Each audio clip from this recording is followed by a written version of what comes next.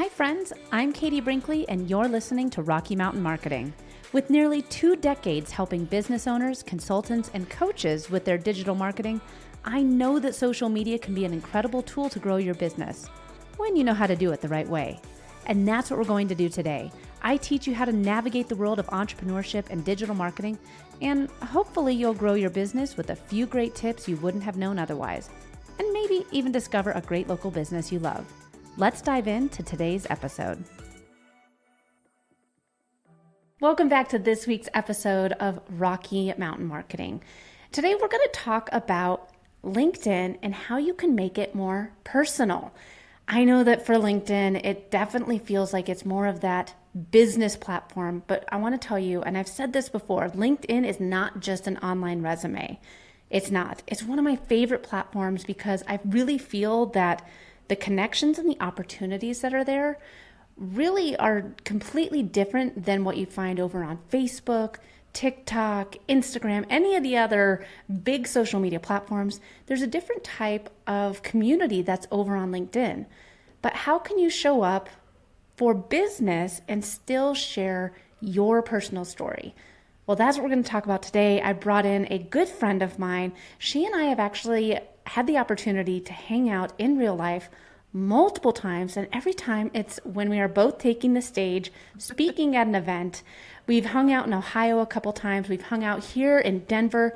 She is another Colorado resident, and you know how much I enjoy bringing on other Colorado business owners.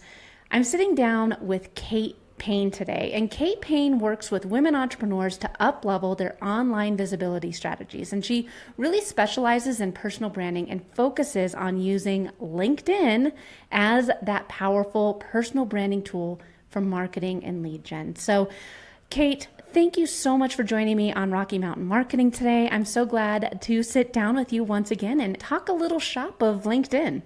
I know, and thank you for having me here, Katie. I'm so excited. Like you said, our paths have been crossing in different ways, and we kept saying, like, we got to go do this. And so here we are. So I'm excited. I know.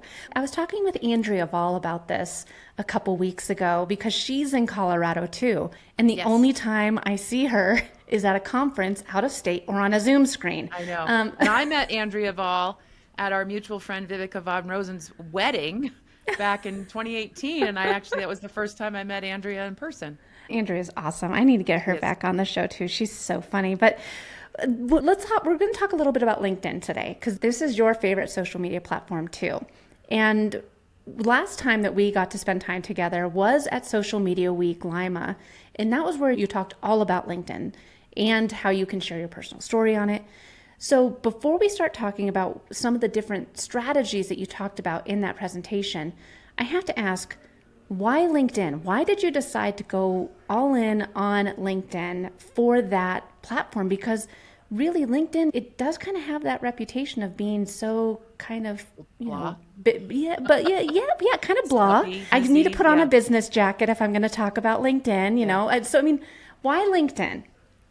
When I had the previous iteration of my business, and I used to live in Vermont before I moved to Colorado recently, I was in PR. PR has been my background. I got a 30-year career in public relations and marketing. And at the time, I had my business, and I also was the part-time executive director for the Women Business Owners Network of Vermont and New Hampshire. And when I was putting on conferences and speaking, and we had monthly chapter meetings and stuff like that, women were coming up to me all the time asking me, like, how do I market myself? And it was like 2010 to 2013. So social media was still fairly new. Certainly the internet had been around a while, but still websites were a thing. And people still weren't real comfortable with how to sort of, I'm so great at my service, or I have this great widget, but I have no idea how to market it. So as I started sort of helping people in that role, I was in this leadership role, that I started to see the need. I could switch something. This is a funky time for PR. I'm going to switch over to helping women market themselves. LinkedIn was something I had been paying attention to, but again, it had been like a job-seeking platform, or a place for your digital resume. As I started to really dig into it more and learn how to use it as a platform that maybe a lot of people weren't considering and using it that way, like a marketing platform, I started to dig in, and I just started to teach myself. And that's actually how I met mutual friend I mentioned, Vivica von Rosen, who is known as the at LinkedIn expert, the original one. I got connected with her. And so I learned a lot from her. And then I started using it with my clients and going to conferences and all of that. I think people see the value of LinkedIn. They realize now that it's not just a job seeking platform, that it really is a professional online business networking platform. And more people are seeing all the different tools you can be using to really figure out for yourself which approach works for you on LinkedIn. Is it a newsletter? Is it a LinkedIn Live? Is it just posting? But it's a great place to really establish your digital footprint and your thought leadership, which is why I love it. Well, and Kate, you just quickly said LinkedIn Live, LinkedIn newsletter. Do you think that by LinkedIn releasing these different ways of producing content, do you think that's what really kind of helped the platform shift away from being that online resume, that now it is that spot? Yeah, absolutely. A lot of people, some of your listeners may not realize this, but Microsoft bought LinkedIn in 2016. And when they first bought it, I thought, oh boy, it's going to it's going to be awful. I was so leery about Microsoft or any big company taking advantage of this. But I actually think that Microsoft over the years since then has actually really evolved LinkedIn into being a place where, yes, you can find work. Yes, it's a digital footprint. It's your digital footprint. Even on your own about page on your website, you wouldn't put all of your experience. You wouldn't put your volunteer experience. People wouldn't see that whole sort of professional side of you and the history that goes beyond it. When they started bringing out tools like LinkedIn Live. So if you like to do video, LinkedIn Live is a great resource. LinkedIn newsletter for those people that might want to write but repurpose existing marketing newsletters into a LinkedIn newsletter. And now, of course, LinkedIn social audio, which is like the Clubhouse version of social audio, which I haven't done as much of, but it just like all these tools exist now so that somebody can find their lane and really create content in a place that they feel comfortable. And it's an additional channel in addition to their Instagram, Facebook, or whatever else they're doing. Well, one of the things that I love most about LinkedIn is that the LinkedIn newsletters, the LinkedIn articles, the LinkedIn Lives, the LinkedIn audio, they're not just one dominant way of creating content. There's still value in the written word if you enjoy writing. There's still value in creating long form video, live video content if you want to go live with video. If you enjoy podcasting and you want to have just those LinkedIn audio rooms, you have an avenue of creating content there. So it really feels to me like LinkedIn is trying to do the best they can of creating a platform where however you enjoy creating content, there's a way to do it on this platform. There's a way for you to grow your audience and your thought leadership in your way if you use LinkedIn. Right, 100%. That's what's so cool about it. For LinkedIn Live, just so that some of your viewers understand, when you do live video on LinkedIn, it's not like a Facebook Live. It's not like you can, pick up your phone and go live and you're live. You actually do have to subscribe to a third-party app. So there's 5 approved partners: StreamYard, Restream, Vimeo, Switcher, and one other I can't think of. I'm a fan of StreamYard. So the cool thing about this, though, is that when you decide to do LinkedIn Live and you get one of these subscriptions, so StreamYard in my case, you can concurrently stream to other places like Facebook, YouTube, whatever you want. All this technology is coming about, and it's really user-friendly. And so it helps you get reach. I just think that LinkedIn's done a really good job. There's a lot of people that think LinkedIn is still a little stuffy, but a lot of people who aren't as comfortable, say, on Facebook, just because of all the stuff that's been going on with Meta, or they might say, you know what, my client isn't really on Facebook. But almost everybody who's in business has some kind of presence on LinkedIn. So I always like to kind of stress to think of your LinkedIn presence there. Even if you're not going to post a lot of content there, think of that as your place where your digital footprint lives online. So, first of all, the SEO juice that LinkedIn has. If somebody has your name, Katie, and they go into Google and type in Katie Brinkley, your LinkedIn profile will show up on page 1 of Google. It shows up as number 1. It shows up as number 1, despite the fact I have katiebrinkley.com, despite the fact that I have Rocky Mountain Marketing, I have a Facebook. It is my LinkedIn that shows up first. Almost always, I would say 9 times out of 10. And when I show clients of mine, I'll be like, take a look. I always say to people, like, if you, for no other reason, don't show love to your LinkedIn profile just because it could be the very first impression online where somebody finds you. I think we all have this feeling that, like, when we put our website up online, we think that people are going to find our website, they're going to come into our homepage, and they're going to click on every single tab, and it's like this little linear journey. And you just don't know. In this day and age, people are savvy enough that if they want to get instant results and learn more about you and they know your name, they're going to put it into Google or LinkedIn, and you're going to show up there. Your social media pages could show up even before your website. So you just never know how someone is going to find you. It's actually a really great reminder to just pay attention to how you show up, because if your LinkedIn profile is out of date, or it's just kind of meh, or it's really bio-like, which Yeah. is why we're going to talk about story. That's what everybody else does. And I don't want you to have what I call the blah blah profile. I don't want you to have Yeah. the blah blah profile.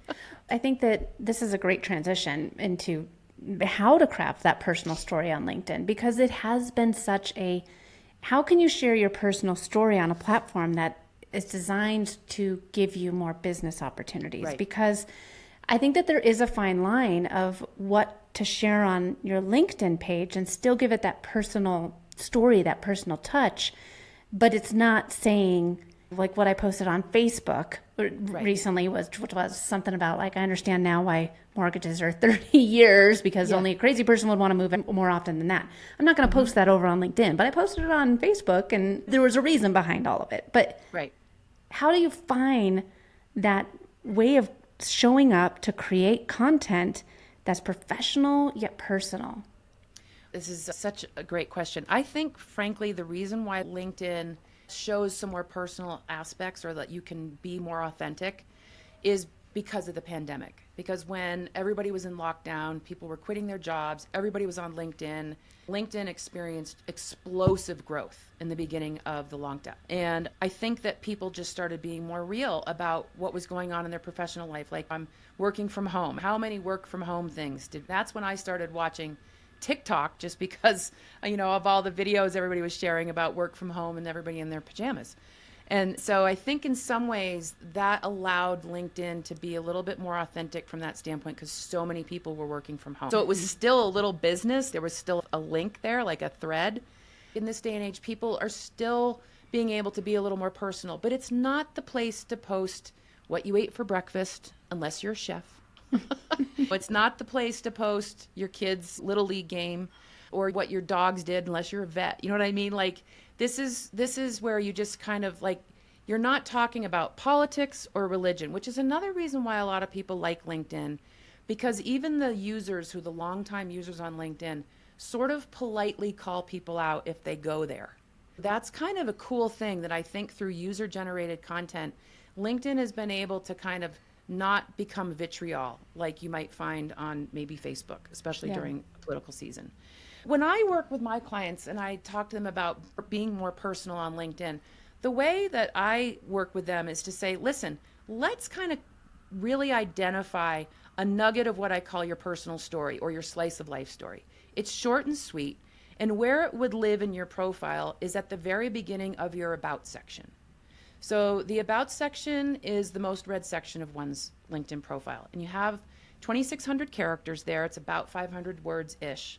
And I have what I call a 3-part recipe for the About section. It's who you are, what you do, and you conclude with how you help or an outcome you provide. Versus, I've been a CPA for 30 years and I've done this and I've done that. That's what I call the blah blah profile. You can put that information about the nitty-gritty of what you do for the company you work for or in the business you own in the experience section. But let that About section be something that captivates your reader's attention and they want to learn more about you. So what I do is I actually interview my clients, but you can do this yourself. Think about, like, how did you go from whatever it was you did before your own business? Let's just use as example of being a solo entrepreneur, right? So what did you do before you opened your own business, and what made you start that business? Maybe you worked for a company doing a certain role and then you were like, you know what, I can do this on my own. Well, let's tell us the story of how you got there. For example, in my About section, my first sentence is, I was an avid news junkie in 7th grade. I mean, that's my first line. That first line needs to be, like, really compelling. and have it be personal so that they want to click that see more link to open up the whole about section. My story is that I was an intern in New York City when I was in college. I wanted to be a broadcast journalist. I interned at CBS Evening News with Dan Rather. And even though I didn't become a broadcast journalist, I went into PR and media, and I'm still sort of in that wavelength. Now I have my own business, and here's how I help people with telling their story. So I tied it all together in like 2 short paragraphs, like really short. And Kate, before we move on from that, because I think that is one of the missing pieces. This is for any social platform right there. Yep. Is there's certain things that are part of your story that are unique only to you.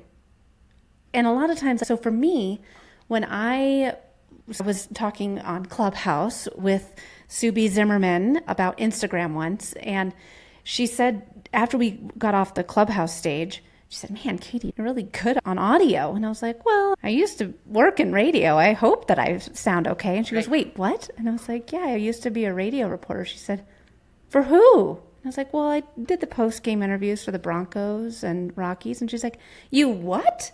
How come I don't know this? And I was like, I don't know, because I gave up. I only did it for 4 years and then I moved on. I wish I wouldn't have quit. And I held it as kind of like shame.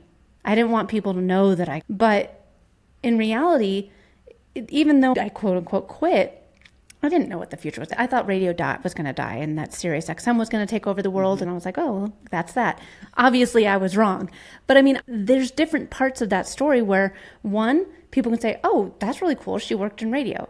2, I love the Denver Broncos, or the Broncos are terrible. Or 3, she used to be a locker room reporter. That's really cool. She was in the locker room. What was that like? I've drawn interests from radio people, from sports fans, and from other women who want to see more women behind the microphone that think that's cool.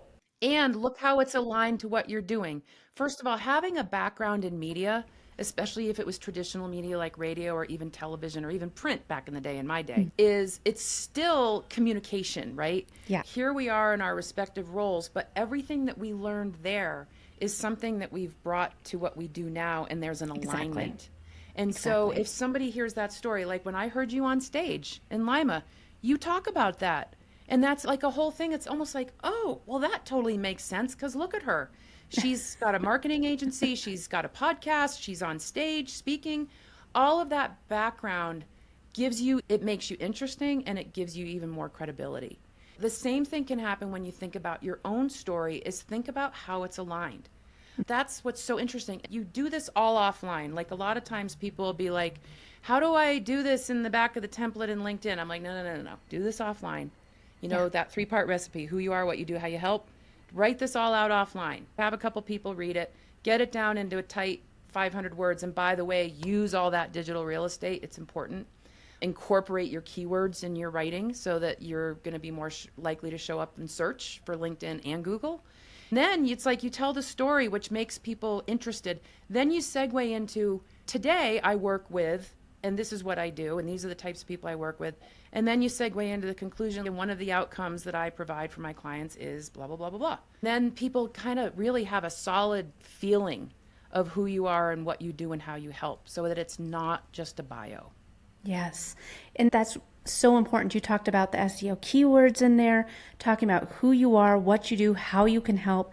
And that is, honestly, that's what I turn my Instagram bio into. With my Instagram course, one of the very first things we talk about is, okay, in this 150 characters, how can you quickly say what you do, who you help, and I say why you. It's the same recipe that's going to help you stand out on all these different platforms. And embracing. And you have more room to do it on LinkedIn. Long form content does really well on LinkedIn. Mm-hmm. Let's talk about that. Like, how long? You said it. You have about 500 words for this about section. Well, the thing is, Microsoft LinkedIn expanded it. When I first started using LinkedIn 9 years ago, you had 1,500 characters. Then they expanded it to 2,000. And then about 2 years, they expanded it to 2,600.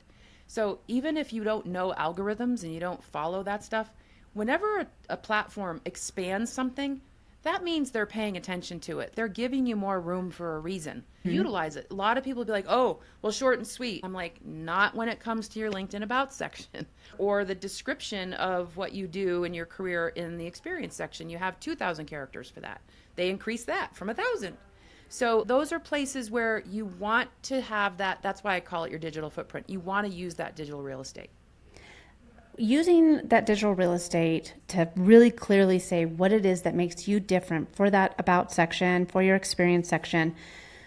What are some types of content that you feel people are either completely swinging and missing on, they're not even stepping up to the plate on, or, some of the biggest mistakes or things that people should be looking out for on social media? That's really, even if it's just once a week or once a month that they create this type of content, what would be your biggest tip for them?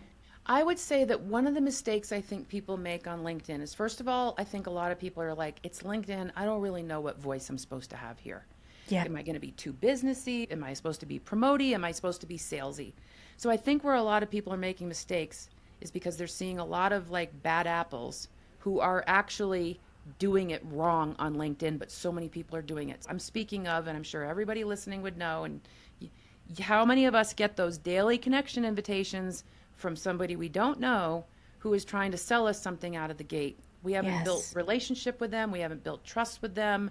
And so I think a lot of people think, well, if everybody's doing this, is this the way to do it? And I'm here to tell you, do not do that on LinkedIn. I can't tell you how many public service announcement posts I put out about that. When you're going to make connections with people, like have your own little filter, 2 or 3 layers of who is somebody that's a thought leader that I admire, who is someone in my industry that I respect, who is somebody that could be a possible client. Now, you don't know for sure, but you can kind of get a feel for somebody in 10 or 15 seconds by looking at their profile. Take a look at their content. I think because people have done that, I think people think they need to be salesy in their posts. So then all their posts, if they do 1 or 2 a week, are promoting themselves, promoting their thing, People are tired of that. So shift that and think like, okay, if I have an event coming up or I have a masterclass, then I might do 1 or 2 posts about that, but that's like 10% of what I would put content out. Otherwise, think of yourself. I always talk about pillars of content. I know you know what that is. Think of what your pillars of content are across your other channels. Add LinkedIn as that other channel. Number 1, your biggest pillar should be education or awareness building. Teach people something. Share a story. Share a case study. Share something behind the scenes with a client. Share a success. There's all kinds of things that you can just post about that people can, over time, it builds top of mind awareness, right? For you. And then they see you as that go-to resource. That's building trust. That's building a relationship. You start to think about, like, if so-and-so brings up accounting, oh, I follow this person on LinkedIn, or I'm connected to this person on LinkedIn who really puts great content out about accounting, but it's not about like tax deadlines. You know what I mean? It's meaty. Videos work. Videos with captions. If you're using LinkedIn video with captions, just like on most platforms. Mix it up. Like when I say long form content, you can have long posts, but have short posts too. Have some image posts, have some text posts, have some video posts, mix it up. I don't care what channel you're using. Mix up your content anyway. But don't be salesy on LinkedIn. Think of this as a place for you to really build your thought leadership in a way that's a little bit different than on Facebook or Instagram. I love that you brought that up, as not to be too salesy, because nobody wants to go online and be sold to all the time. It's just like turning on the TV. Right. I don't know who turns on the TV and says, I can't wait to watch some commercials, unless it's the Super Bowl. But I mean, really, who turns on the TV and says, I can't wait to see what commercials come on, especially during, a political season. Right. But you have to keep that in mind with all of your posts. What kind of posts would you be interested in seeing? What type of posts would you want to engage with? And what would you want to have show up in your feed? Right. So as we kind of start to wrap this episode up here, you have a podcast that's been just a video, a live stream video that you've done that you've now turned into a podcast. It's Coffee with Kate, which, man, it's pretty close. I mean, look over my shoulder. Ooh, woo, mirrors. There we go. Coffee with KD is pretty darn close. But Coffee with Kate. And This is what you talk about with your show. My business name is Standing Out Online. And so back before LinkedIn even allowed native video. So native video is if you did a post and you want to upload a video, like an MP4 file or something. And LinkedIn had a rule when they did come out with native video that it couldn't be longer than 10 minutes. So I thought to myself, LinkedIn's going to eventually have live streaming at some point. I thought I want to try. I wasn't ready to commit to a podcast at the time. Yeah. I thought I'm going to come up with this show. It's Coffee with Kate. And I'm going to interview people in the digital marketing world. And it's going to be 8 minutes. What I did is I sent people a coffee mug with my branding on it. So when we were on, and we did it on Zoom. And we would like start out and we'd like kind of cheers each other to the camera with our respective coffee mugs. So it was sort of like we were having coffee together. A little bit of a shtick, but everybody loves it. And I'm still doing it to this day. I would throw these up like once a month. When LinkedIn Live came out and I subscribed to StreamYard, then I was like, whoo, this is a whole new world. And then I decided I'm ready to commit to the podcast. So my podcast actually lives on the eWomen Network podcast network. Just launched the end of July. It's Coffee with Kate, brewing business brilliance for entrepreneurs. So I have a lot of really fascinating clients. I know a lot of people in the entrepreneurial world, especially women entrepreneurs. And for people who I think have a lot of really good information to share that we want to get out, those are the people I'm interviewing. I love it. That was actually another event that we got to go to together. I want you on my show. I know. Please. Count me in. Count me in. I'm so down to join you on your show. Yay. And I mean, especially too, we're both here in Colorado. We're going to go paddle boarding and hiking and do all the Colorado things. It's always fun to have another Coloradan on board. Well, Kate, this has been a great conversation. And I really hope that the listeners will reevaluate the way that they're showing up on LinkedIn. And like you said too, I don't know how they will address this, but they have a serious problem right now with those LinkedIn connection requests and like the selling. I think it's turning a lot of people off, but majority of my business comes from LinkedIn. Same here. My paid speaking opportunities all come from LinkedIn. Right. It is an incredible platform to show up the way that you feel comfortable creating content. Again, I produce an article and a newsletter. I do polls. I'm not really showing up on video that much because we all know how I feel about video, but I'm still able to generate those connections, the business opportunities, and share what it is that makes me and my business different so people want to work with me. Right. Don't make your judgments on LinkedIn based on those annoying connection requests. Because there's still so much other, like, really, there's meat there. There's a lot, being in the world of public relations and being a former journalist, a lot of journalists and podcasters use LinkedIn as a resource to find their next guest. Yep. So there's opportunity there. 1,000,000%. Well, Kate, this has been such a great conversation. Thank you so much for sitting down with me and the listeners of Rocky Mountain Marketing today. Can't wait to hit the lakes with you on the paddleboards here soon. Yes, soon. Thank you, Katie. Thanks so much for listening to this week's episode of Rocky Mountain Marketing. Make sure to subscribe so that you can continue navigating the world of entrepreneurship. And I'd love to hear from you. Please leave the show a review and connect with me on social media. You can find me on Instagram at @IamKatieBrinkley or connect with me on LinkedIn. And if you're ready to start making some sales on social media, be sure to grab my free guide to selling in the DMs without being spammy. You can get that at katiebrinkley.com. Let's keep taking your marketing to all new heights.